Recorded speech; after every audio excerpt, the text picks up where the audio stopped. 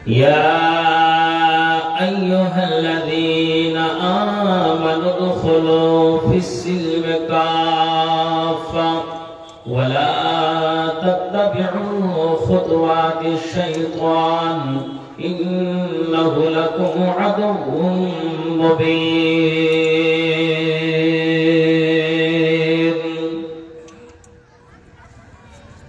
একদিন আমায় যাইতে হবে একদিন আমায় যাইতে হবে ওই হাসর হাতির মেলা রে দয়াল ওই হাসর হাতির মেলা একদিন আমায় যাইতে হবে ওই হাসর হাতির মেলা রে দয়াল ওই হাসর হাতির মেলা কি করিলাম দুনিয়াতে যেতে হবে ওই অন্ধ ঘরে কি করিলাম দুনিয়াতে যেতে হবে ওই অন্ধ ঘরে বেঁচে থেকে জোগাড় করো সময় যতর বইয়া রে দর দিয়া সময় যতর বইয়া একদিন আমায় যাইতে হবে ওই হাসর হাতির মেলা রে দয়াল ওই হাসর হাতির মেলা আসিবে এদিন সবার তরে যেতে হবে ওই পরপারে আসিবে এদিন সবার তরে যেতে হবে ওই পরপারে মালাকুল মত ধরবে কষে জানতি কবুজ করিয়া রে বন্ধুয়া জানতি কবুজ করিয়া একদিন আমায় যাইতে হবে ওই হাসর হাতির মেলা রে দয়াল ওই হাসর হাতির মেলা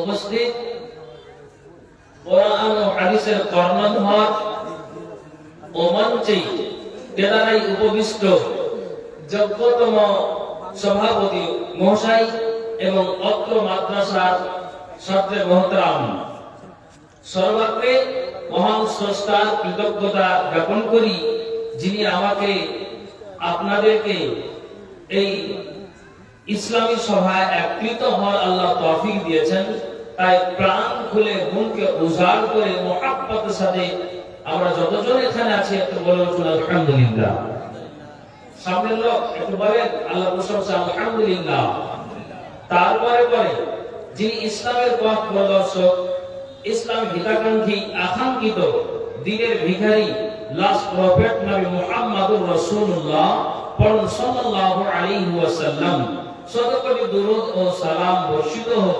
আল্লাহুম্মা সাল্লি আলাইহি আল্লাহুম্মা বারিক আলাইহি সুপ্রিয় শিক্ষিত সুধী মণ্ডলী মা বোন আমি আপনাদেরকে বিনয়ের সহিত জানাই যে আপনারা আওয়াজ বন্ধ করুন আপনাদের আওয়াজ সম্পূর্ণ এসে মাইকে লাগছে এবং কানে আসছে আপনাদের আওয়াজ বুঝতে পারা যাচ্ছে মেয়েদের কণ্ঠটাও পর্দা অতএব এইভাবে আওয়াজ করছেন এটা কিন্তু বিশৃঙ্খলা দেখা দিচ্ছে খারাপ লাগছে অতএব আপনারা একটু সাইলেন্স হন এটা অনুরোধ করি চলুন আগে বাড়ি আমি একটি আয়াত আপনাদের সম্মুখে পাঠ করেছি এটা সূরা বাকারা 208 নম্বর আয়াতে উল্লেখ হয়েছে তো ভাইজান আমরা যারা আরবিকের সঙ্গে যুক্ত আমরা অবগত বা বুঝতে পেরেছি যে আয়াতের তরজমা ব্যাখ্যা বিশ্লেষণ কি হবে সুপ্রিয় শিক্ষিত সুধী মণ্ডলী যারা আজকে আপনারা এই সামনে বসে আছেন আমি আপনাদেরকে বলি যে আমি আজকে যে এই জায়গাতেই এই বাণী আর বানার থেকে নিয়ে আপনার মেয়েরা 17 জন আর ছেলেরা আপনার 5 জন এখানে আজকে ফারাগাত হলো তাদের দায়িত্ব তাদের বোঝা মাথায় উঠলো এটা আমরা সকলেই যারা এখানে উপস্থিত ছিলাম দেখলাম আমি একটা আয়াত পড়েছি তা আপনাদেরকে আমি একটা কথা বুঝাতে চাই আজকে যে ছেলেদেরকে স্বয়ং দেখলেন আমি নিজে আমার কথাটা বলি, আমি যেই মাদ্রাসা থেকে ফারাগাত করেছি, সামনে বাবা আছে, আরো মামারা কাকারা গিয়েছে দেখতে যে আজকে ছেলে মাওলানা হচ্ছে, মুফতি সাহেব হচ্ছে। মাথায় পাগড়ি যখনই বসালো, একজন হাত দিয়েছে, 1.5-2 ঘন্টা আমার চোখের পানি আল্লাহ বলছে আমার বন্ধ হয়নি। কেন যে আমি নিজে আমার কান্নাটাকে করতে পারছি না, আল্লাহ তিনি ভালো জানেন। তো আজকে যে এই ছেলেরা ফারাগাত হাসিল করলো, আমি আপনাকে একটা নজির দিচ্ছি, আপনাকে শুধু জেলার নাম বলছি, গ্রাম, থানা, পোস্ট আমি এগুলো আর বলতে যাচ্ছি না। সেটা হলো কিষানগঞ্জ জেলা, বিহার। কোন একজন বাড়িতে না তার দাদু নামাজি, না তার বাপ নামাজি, না তার ভাই নামাজি, নামাজের ধার ধারে না। রমজান মাস আসতে গেলে তারা তালবাহানা শুরু করে। নিজের দাদুর বয়স 80+ হয়ে গিয়েছে, এখন শুনেছি লোকটা মারা গিয়েছে। 80+ একটা বুড়ো বয়সের মানুষ, তার উপর বাড়িটা আর মসজিদটা তার 200 মিটারেরও কম হবে, এতটা ডিফারেন্সে তার বাড়ি এবং মসজিদ। অথচ এই মানুষটাকে যখন নামাজের তালকিন দেওয়া হয়, তখন সে একটা লাঠি নিয়ে চলাচল করে। তো ও লাঠিটা খেয়ে যুবক তার কথাকে বলে যে আমার কাছে এই লাঠির আঘাত খাস না ভাই, কেন যে আমাকে কথা বলিস না। তাহলে তার আল্লাহ দিলে মোহর পাথর মেরে দিয়েছে। আর রাসূলের হাদিস আছে, একটা মানুষ বুলবুল মারামের হাদিস, যদি একটা মানুষ পর 3 জুম্মাকে ছেড়ে দেয়, তাহলে আল্লাহ তাআলা কি করে দেয়, তার অন্তরে মোহর পাথর বসিয়ে দেয়, মেরে দেয়। তাহলে যেই মানুষটা 80+ হয়ে গিয়েছে, নামাজের ধার ধারেনি, রোজা রাখেনি, ধন সম্পদ দিয়েছে, দান খায়রাত করেনি, কিন্তু আমি আপনাকে যেটা বলছি, বাপ যেমন বেটা তেমন, মানে তার ছেলে তেমন। বাড়িতে টোটাল পরিবার, ইসলামের কোন রীতিনীতি নিয়ম কানুন নাই, কিন্তু একজন ছেলে 22 বছরের মাথায় পাগড়ি পেয়ে যখন বাড়িতে প্রবেশ করে প্রত্যেকে যখন সালাম দিল, তো ওই মাওলানা আপনার এই মাদ্রাসার হেড মোদাররিস তাকে বলল যে দেখো তোমার বাড়িটা এই রকমের আছে। তার মানে ইসলাম থেকে বাইরে আছে।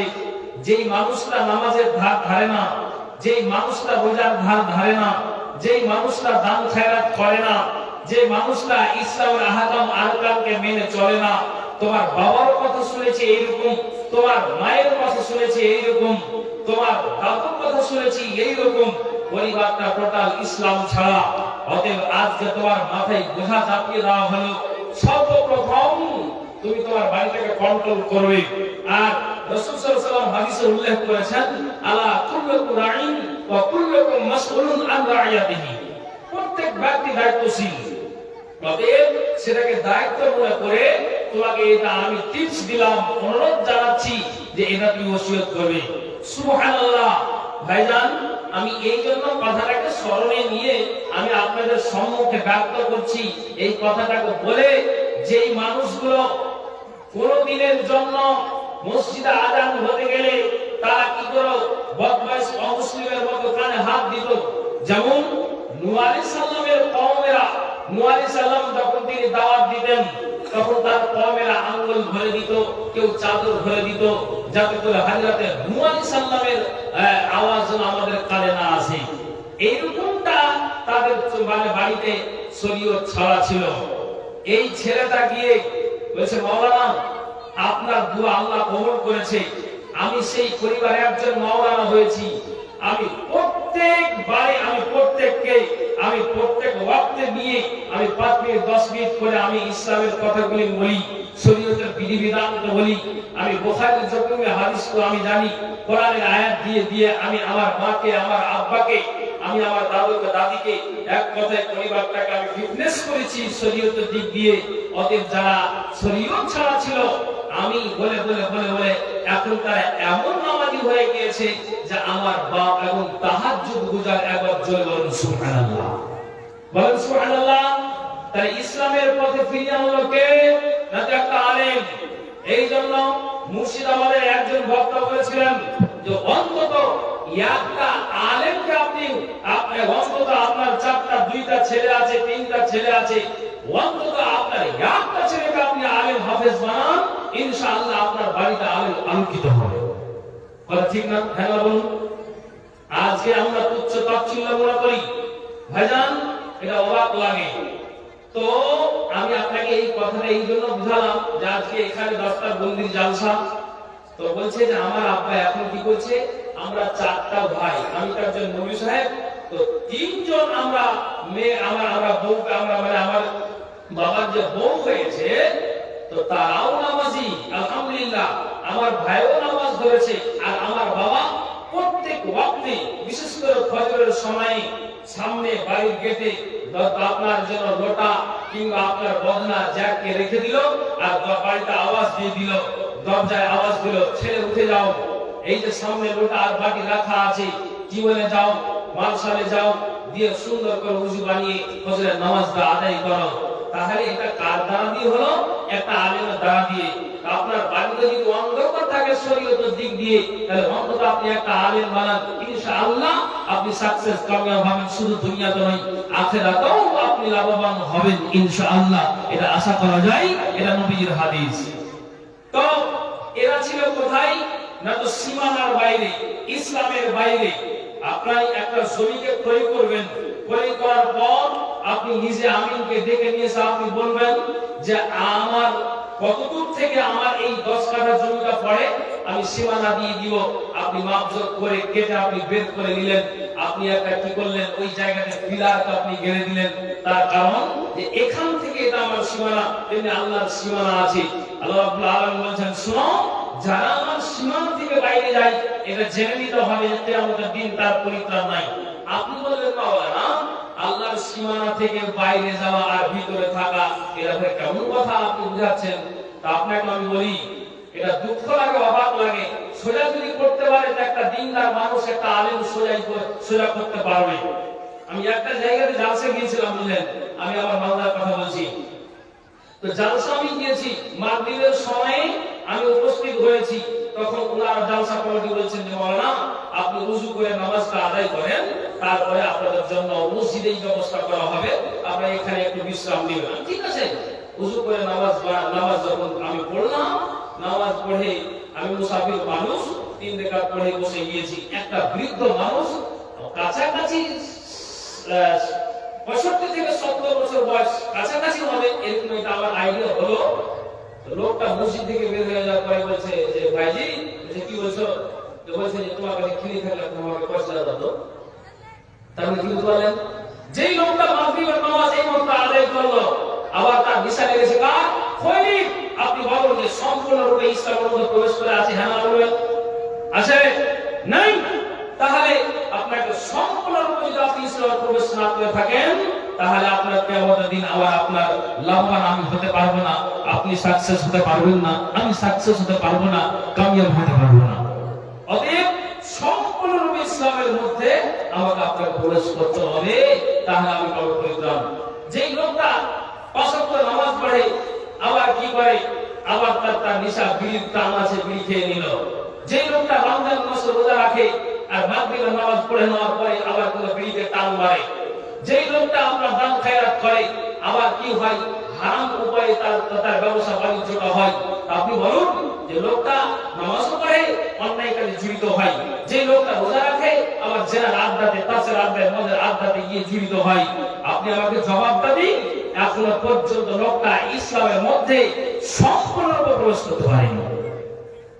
তাহলে আমি আপনাকে এই জন্য এই ছেলের কথা, এই আলেমের কথা বললাম যে যার বাড়িতে ইসলামের কোনো বুনিয়াদ ছিল না, ইসলামের কোন ইসলাম ছাড়াই তার পরিবার চলছিল, একটা আলেম বাড়িতে হয়ে গিয়ে সোজা করে দিয়েছে যে আব্বা এই কাজ করলে তুমি পরিত্রাণ পাবে, এই কাজ করলে তুমি নাজাত পাবে। আর যদি তুমি এই রকম নোংরা আর বাটপারি, জুয়াতে আর মদে যদি তুমি মেতে থাকো, তাহলে কিয়ামতের দিন তোমাকে কেউ বাঁচাতে পারবে না। ভাইজান, এই জন্য আল্লাহ তাআলা কোরআনের আয়াতে তিনি জবাব দিয়েছেন, বলেছেন আউযু বিল্লাহি মিনাশ শাইতানির রাজীম, ইয়া আইয়ুহাল্লাযীনা আমানু দুখুলু ফিস সিলমি কাফা।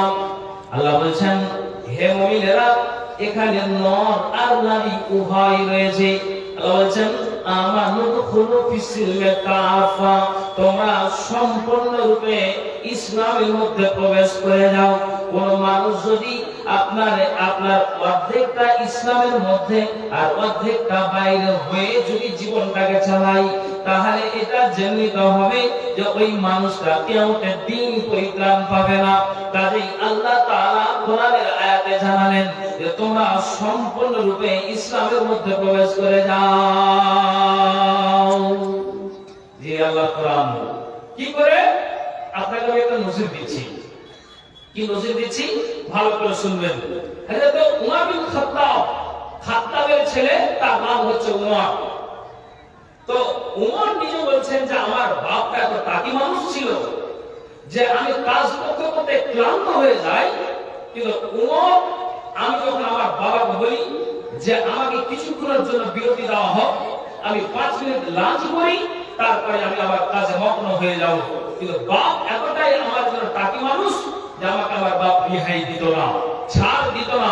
আমি কাজ করতে করতে ক্লান্ত হয়ে যাই। তবুও উমর নিজে বলছেন যে দেখছি একদিন সাথীরা আর বন্ধুরা মাটির পুতুলকে, মাটিকে তার সুন্দর করে পুতুল বানিয়ে তার সামনে তারা হাতটাকে জোড় করে যে যা পাচ্ছে নিজের তার প্রাণ ভিক্ষা চাইছে, রুজিরুটির জন্য তার কাছে ভিক্ষা চাইছে।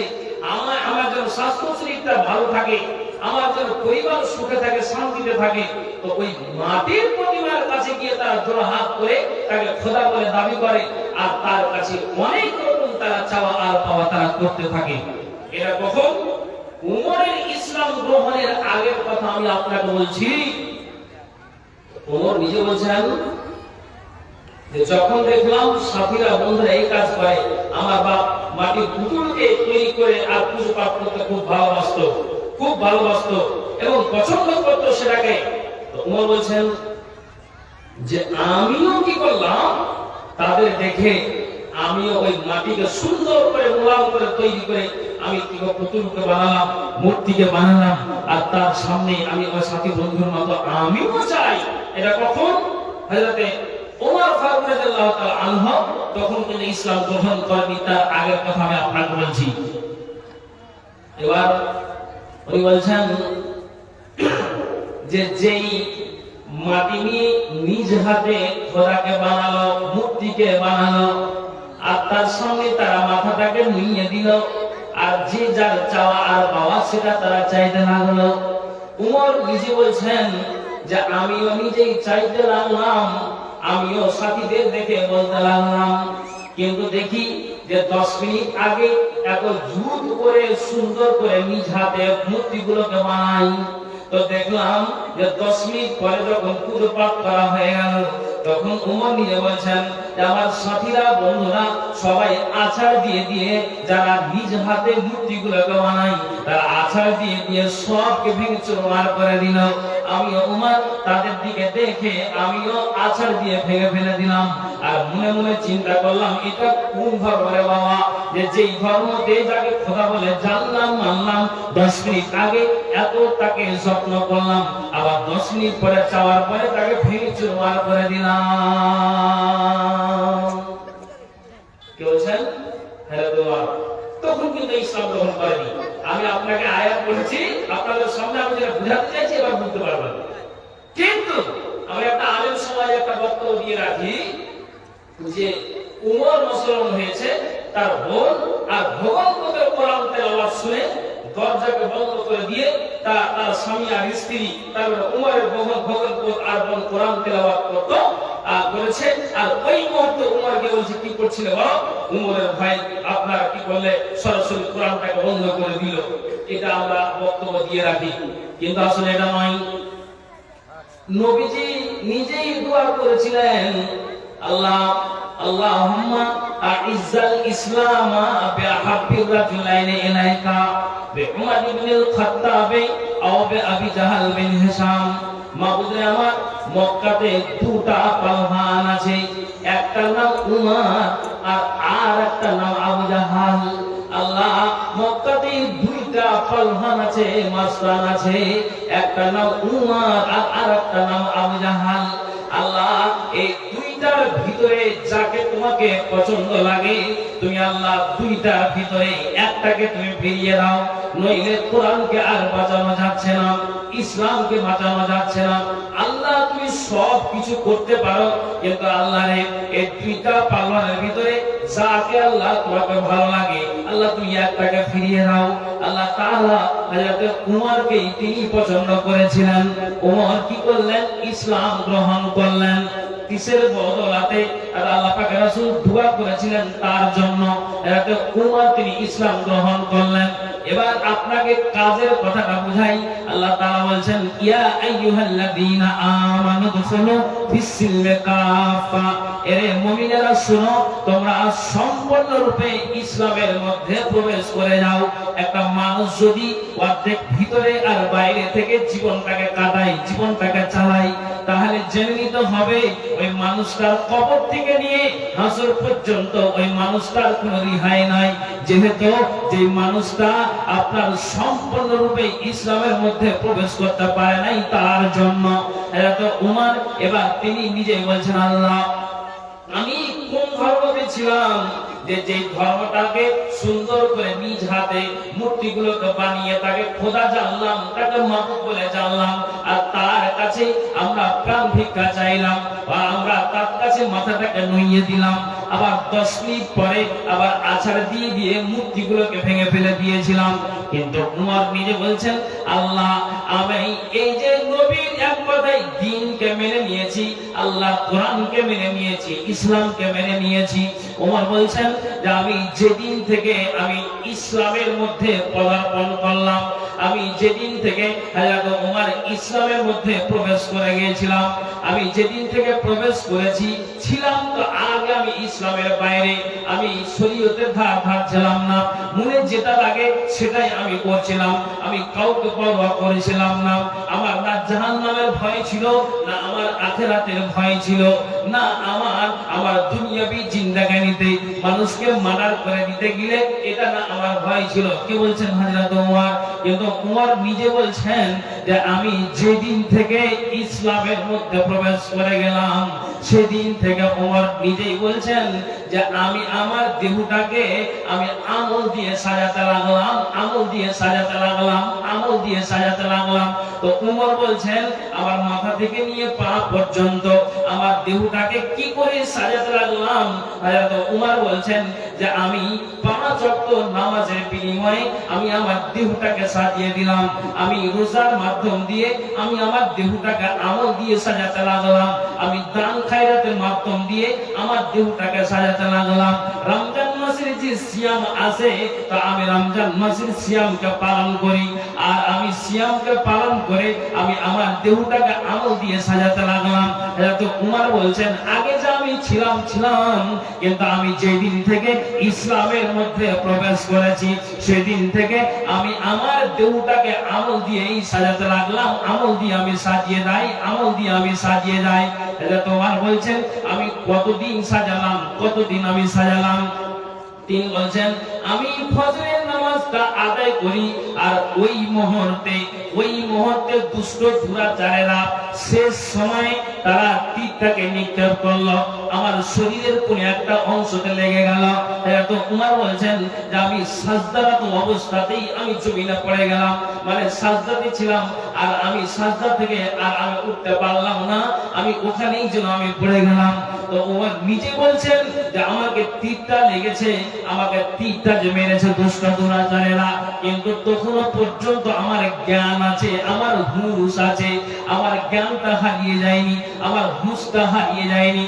আমি হযরত উমর তখন সঙ্গী সাথীদেরকে জিজ্ঞেস করলাম, আচ্ছা তোমরা বলো তো আমাকে একটা তীর মারা হলো, আর আমি যে ওই তীরের আঘাতে এখন জমিনে লটিয়ে পড়ে আছি, কিন্তু আমি এখনো পর্যন্ত আমার জ্ঞান যায়নি, তোমরা আমাকে জবাব দাও যে আমি হযরত উমর এই নামাজটাকে সমাপ্ত করতে পেরেছি কিনা, আমার নামাজটা সম্পূর্ণ হয়েছে কিনা। কেন রে সতীরা, কেন রে সঙ্গীরা, কেন রে বন্ধুরা, কেন রে সাথীরা, এর জন্য আমি তোমাদেরকে বলতে চাইছি কোন মানুষ যদি ইসলামের মধ্যে অর্ধেক আর ভিতরে অর্ধেক আর বাইরে অর্ধেক থেকে যদি তার জীবনটা যায়, তাহলে কিয়ামতের দিন ওই মানুষটা রেহাই পাবে না। তা আমি হযরত উমর, আমি যেদিন থেকে ইসলামের মধ্যে প্রবেশ করেছি, আমি সেদিন থেকে সম্পূর্ণরূপে আমি আমার দেহটাকে আমল দিয়ে আমি সাজাতে শুরু করে দিয়েছি। এখন আমার জ্ঞান আছে, আর এই অসম্পূর্ণ নামাজ থেকে যদি আমি কবরে চলে যাই, তাহলে এর বিনিময়ে হয়তো কিয়ামতের দিন আমাকে আসামির কাঠ গড়াতে দাঁড় হতে হবে। কাজেই তোমরা আমাকে বলো যে আমার নামাজটা সম্পূর্ণ হয়েছে কিনা। একবার জোরে বলুন সুবহানাল্লাহ, বলুন সুবহানাল্লাহ। সামনের লোক আপনারা বুঝতে পারেন না, কি বলুন সুবহানাল্লাহ।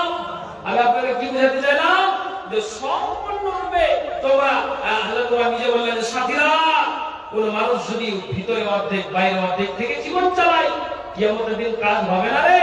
তাহলে এটা আমাকে জবাব দাও। আমার এখনো পর্যন্ত জ্ঞান আছে, আমার জ্ঞান হারিয়ে যায়নি। আর যে মানুষটা জ্ঞান থাকা সত্ত্বেও নামাজকে আদায় করবে না, ওই মানুষটা কি হবে? কি হবে? রাসূল বলে দিয়েছেন তার পরিত্রাণ নেই। যার নামাজ ঠিক তার সব ঠিক, কিয়ামতের দিন যার নামাজ বেকার সব আমলটা বেকার। রাসূলের হাদিস আছে। আমি আর নতুন করে এবার পড়তে গেলাম না, এই কথা জানার কথা। ওমর নিজে কি জবাব দিলেন যে আমি এখন ইসলামের মধ্যে পদার্পণ করেছি, জীবনটা চালাচ্ছি, আমি আমল দিয়ে আমার দেহকে সাজাচ্ছি, কিন্তু শেষকাল যদি এরকমটা হয়, আমার অবস্থাটা কি হবে? কিয়ামতের দিন আমার হালটা নাজেহাল হবে। বন্ধুরা, আমি আপনাকে কি বললাম, যেই বাড়িটা ছিল সম্পূর্ণ ইসলাম ছাড়া একটা আলেম বাড়িতে হয়ে গিয়ে আপনার কি করলো, বাড়িটাকে আমল দিয়ে সাজিয়ে দিল যে মা এই করো, বাবা এই করো, দাদু এই করো, এই নামাজ পড়ো, এই জিকির আজকার করো, তাসবিহ তাহলিল করো, তাহলে ইসলামের মধ্যে তোমরা থাকবে, নইলে বাইরে থেকে কিন্তু কিয়ামতের দিন কোনো উপকার কোনো কাজে আসবে না। আর তোমরা তাই বললেন যে আমি এখন প্রবেশ করেছি, আমার জীবনটা চলছে আমল দিয়ে, কিন্তু শেষকালে যদি এরকম হয় আমার কোনদিন কি নাজেহালটা হবে। তো তোমরা বলো আমার সম্পূর্ণ নামাজটা হয়েছে কিনা। সুবহানাল্লাহ। তাহলে আমরা মুমিন মুসলমান এই কথাগুলিকে আমরা হাজারো দিন ইমামের মুখ থেকে আমরা সপ্তাহে শুনি। প্রতিদিন দিনাজপুরের মাটিতে জালসা হয়, আমরা জালসাতে শুনি। আমরা কি করি, আমরা যারা বড় বড় সেমিনার সম্মেলন শুনি। কালকে আপনার দিনাজপুরের মাটিতে যতগুলি মাদানীরা, সব মাদানীরা এসেছিলেন আপনার ওই পাঞ্জিপাড়াতে। ওখানে একটা বিশাল সেমিনার হলো, খুব গুরুত্বপূর্ণ আলোচনা হলো। আপনি বলেন তো, এই তো আমরা ভুরি ভুরি এই কথা শুনে আসছি, জ্ঞানটা কখন আপনার উঠবে, মগজও কখন আপনার উঠবে? ভাইজান, পৃথিবীর মাটিতে কোন মানুষ বলতে পেরেছে, একটা হাত বলবেন যে আমি বেঁচে আছি, যেদিন আমি মরে যাব, মরে যাওয়ার পর আমি নিশ্চিত আমি জান্নাতে যাব? এটা কোন মানুষ কি পৃথিবীর মাটিতে মুখে সাহস করে বলতে পেরেছে না পারবে? হ্যাঁ না বলুন দেখো, পারবে ভাই? কেউ বলতে পারবে না। কেন? আমি যে আমল করি, আমি যে ইবাদত করি, আমি যে জিকির আজকার করি, তাসবিহ তাহলিল করি, তাহলে আমি কোন জায়গাতে আছি ভাইজান? তাহলে আমি যে করি আল্লাহর দরবারে এই ইবাদত, এই আমল পৌঁছেছে কিনা আপনি এটা ভাবুন তো। পৃথিবীর মাটিতে কেউ বলতে পারেনি আর পারবে না, কিন্তু একজন রেকর্ড করেছে যে হ্যাঁ আমি মরবো, আমি জীবিত আছি, মরে যাব, মরে যাওয়ার পর আমি কবর আযাব থেকে বেঁচে যাব, আর আমি কিয়ামতের দিন নাজাত পাবো, পরিত্রাণ পাবো, নিশ্চিত আমি জান্নাত যাব। জোরে বলুন সুবহানাল্লাহ। বলে ভাইজান এটা আবার কি কথা বললেন আপনি? হ্যাঁ, আপনাকে একটা কথা আমি দোয়াচ্ছি। মাওলানা ইমরুল কায়েস, তিনার 7টা ছেলে। বক্তা ইমরুল কায়েসকে আপনারা দেখেছেন, শুনেছেন মুর্শিদাবাদে? তো উনি বলছেন আমার 7টা ছেলে, 7টাই আমার ছেলে কোরআনের হাফেজ। প্রতিদিন সকালে আগে ফজরের নামাজ হবে, তারপরে এক পারা অথবা নইলে 2-3টা পাতা আপনার কি হবে, তেলাওয়াত হবে, তারপরে চা আর বিস্কুট হবে, নইলে বাড়িতে কোনো রান্না হবে না। আমি ওপেন করলাম এই কথাটা নিতে যাবো যে তাহলে আমি আমি আমি 4 ছেলের সন্তান, আমি 2 ছেলের বাবা, 4 ছেলের বাবা, এই যে আমরা জানি। কিন্তু আপনি ইসলামের কথা কতটুকু আপনি জ্ঞান দিয়েছেন, আপনি বলুন কতটুকু আপনি সোজা করতে পেরেছেন? হ্যাঁ, তো আমি আপনাকে বলছি যে রেকর্ড করেছে যে আমি মরবো, আমি জান্নাত যাব। আশ্চর্য বুঝুন, স্টেজে ওলামা ইকরামগুলো আছেন, আপনারা বলবেন, আপনারা হতভম্ব হবেন যে কি কথা এটা। জি, কোনো কথা নয়, আপনাকে আমি বলছি। আবু সুফিয়ান বিন হারিস, একটা আছে আবু সুফিয়ান বিন হারব, আর একটা হচ্ছে আবু সুফিয়ান বিন হারিস। যেটা আবু সুফিয়ান বিন হারিস, উনি যখন মরতে চলেছেন, মরণমুখী, আর 10 মিনিট বা 5 মিনিট তিনি আর বাঁচবেন, এই মুহূর্তে মালাকুল মউত আসবেন, তিনি মরণের মুখে তিনি শুয়ে আছেন, আর শুয়ে থাকা অবস্থাতেই তার বিবি তার মাথার শিওরে বসে আপনার পার্শ্বে বসে আছে, ছেলে পার্শ্বে বসে আছে, মেয়ে পার্শ্বে বসে আছে, আত্মীয় স্বজনরা গ্রামবাসীরা সবাই পার্শ্বে বসে আছে, আর হাও হাও করে তারা কান্না করছে। কান্না করছে কেন? কেন কান্না করছে? বিবি বলে, স্বামী আপনার মারা যাবে, তা আমি বিধবা হব, আমার স্বামী দুনিয়া ছেড়ে চলে যাবে। ছেলে নিজে বলে, আব্বা মারা যাবে, তা আব্বা মরে যাওয়ার পর আমাকে আমার বাবা মার্কেট নিয়ে যেত, আমাকে বোতল বাড়ি নিয়ে যেত, আমাকে নাগর নিয়ে যেত, ফাটল আমাকে নিয়ে যেত, আর নিয়ে গিয়ে আমাকে বলতো, বাবা যেটা তোমার ভালো লাগে তুমি পোশাককে খরিদ করো, টাকা দেনেওয়ালা আমি। কিন্তু ছেলে কাঁদে, বাবা চলে যেতে গেলে আমাকে কে আর ঈদের দিন পোশাক নিয়ে দিবে। মেয়ে কাঁদে যে আমাকে এইভাবে টাকা দিয়ে স্কুল পাঠাবে। নিজের বিবি কাঁদে যে আমার স্বামীটা চলে গেলে আমি বিধবা হয়ে যাব। প্রতিবেশীরা, আত্মীয় স্বজনেরা সবাই আবু সুফিয়ান বিন হারিসের জন্য চোখ দিয়ে পানি ঝরায়। কেন ঝরায়? যে একটা ভালো মানুষ দুনিয়া থেকে চলে যায়। কিন্তু আবু সুফিয়ান বিন হারিস তিনি মরণমুখী, এখনো পর্যন্ত তিনার জ্ঞান আছে, এখনো পর্যন্ত তিনার জ্ঞানটা হারিয়ে যায়নি, এখনো পর্যন্ত তার জ্ঞান আছে। আর ওই মতো অবস্থাতে তার বিবি কাঁদে, তার ছেলে কাঁদে, তার মেয়ে কাঁদে, সুবহানাল্লাহ। আর ওই মুহূর্তে আবু সুফিয়ান বিন হারিস বলছেন, কেন তোমরা আমার জন্য চোখ দিয়ে পানি ঝরাও? বেরে কেন তুমি কাঁদো? ছেলে আমার কেন তুমি কাঁদো? মেয়েও আমার বিবি তোমার চোখ দিয়ে কেন পানি আসছে? তুমি আমাকে একটুখানি শোনাও। খবরদার খবরদার, 2 নন্দে অশ্রু ঝরাবে না। মেয়ে তোমাকে অনুরোধ করি, 2 নন্দে অশ্রু ঝরাবে না। ছেলে খবরদার, 2 নন্দে অশ্রু ঝরাবে না। কেন? নিজের স্বামীটা মারা যাচ্ছে, আর ওই মুহূর্তে বিবি হাওমাও করে কাঁদছে। আল্লাহু আকবার। এবার আমি আপনাকে বুঝাতে চাইছি, যখন আল্লাহ পাকের রাসূল হযরতে আপনার জনাব মুআয বিন জাবালকে যখন ইয়ামানের গভর্নর নিযুক্ত করেছিলেন, আর ওই মুহূর্তে আল্লাহ পাকের রাসূল বললেন, মুআয তুমি কান খুলে শোনো, তোমাকে জানিয়ে দেওয়া হচ্ছে যে যখন তুমি ওই ইয়ামান থেকে ফিরে আসবে, আনতা মুররা বিমাসজিদি ওয়া কবরি, যখন তুমি এই মসজিদ দিয়ে গমন করবে, অতিক্রম করবে, তখন তুমি কি করবে? নবীর কবর জিয়ারত করতে আসবে। যখন এই রাস্তাটা দিয়ে যাবে, যখন এই রাস্তাটা গমন করবে, তখন নবীর কবর জিয়ারত করতে আসবে। এক কথায় জীবিত রাসূলকে আর তোমরা দেখতে পাবে না। আমি আপনাকে বুঝাতে চাইছি, আল্লাহ রাসূল যখনই এই কথাটা বলেছেন, তখন যেন মুআয বিন জাবালের চোখ দিয়ে আপনার ঝরঝর ঝরঝর করে জল বয়ে যায়, গাল বেয়ে বেয়ে আপনার যেন পানিগুলি আপনার জমিনে টস টস করে পড়ে। আর ওই মতো অবস্থাতে এবার আল্লাহ পাক রাসূল বলছেন, মুআয এত কেন চিৎকার করে কান্না করো? বাচ্চা যখন ঝুলতে থাকে আর আপনার দোলনায় দুলে, তো বাচ্চা যখন দুধের জন্য খিদের জ্বালাতে যখন আপনার আওয়াজ দিয়ে আপনার কান্না করে, তেমনি মুআয বিন জাবাল বাচ্চা ছেলের মতো আওয়াজ করে কান্না শুরু করে দিয়েছে। আল্লাহ পাকের রাসূল বলেছেন, লা তাবকি ইয়া মুআয, মুআয রে খবরদার তুমি কান্না করিও না, এইভাবে চোখ দিয়ে তুমি পানি ঝরায়ও না। কেন কান্না করিও না? কেন তুমি পানি ঝরায়ও না? আল্লাহ পাকের রাসূল বলেছেন, ইন্নাল বুকা আমিনাশ শয়তান, এইভাবে হুহু করে চিৎকার করে টুকরে কান্নাটা শয়তানের পক্ষ থেকে আসে। কেন তুমি এইভাবে কান্না করিও না?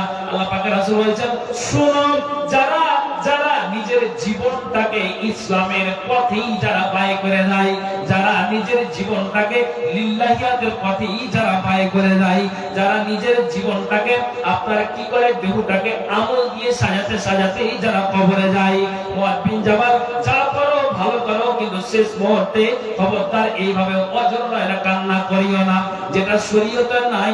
আর সেইভাবে যদি আওয়াজ দিয়ে কান্না করো, এটা কিন্তু ঠিক হবে না, সীমানা থেকে তুমি বাইরে যাবে। আল্লাহ রাসূল বলছেন এই হুহু করে চিৎকার করে কান্নাটা শয়তানের পক্ষ থেকে আসে। অতএব খবরদার তুমি অজর নাই না কান্না করবে না। এক কথায় নবীজি বললেন, মুয়াজ্জিন জাওয়াল তিনি জ্ঞান করলেন, তিনি আপনার চুপ হয়ে গেলেন, নীরব হয়ে গেলেন। এখন আমি আপনাকে বলছি, এরা দুনিয়ার মানুষেরা আপনারা কান খুলে শুনবেন। একবার বললো আপনার যেন সজাগ হয়ে গেলেন, সাবধান হয়ে গেলেন, নিজে নিজে জ্ঞান করলো। তো যদি আমার মধ্যে একজন সাহাবী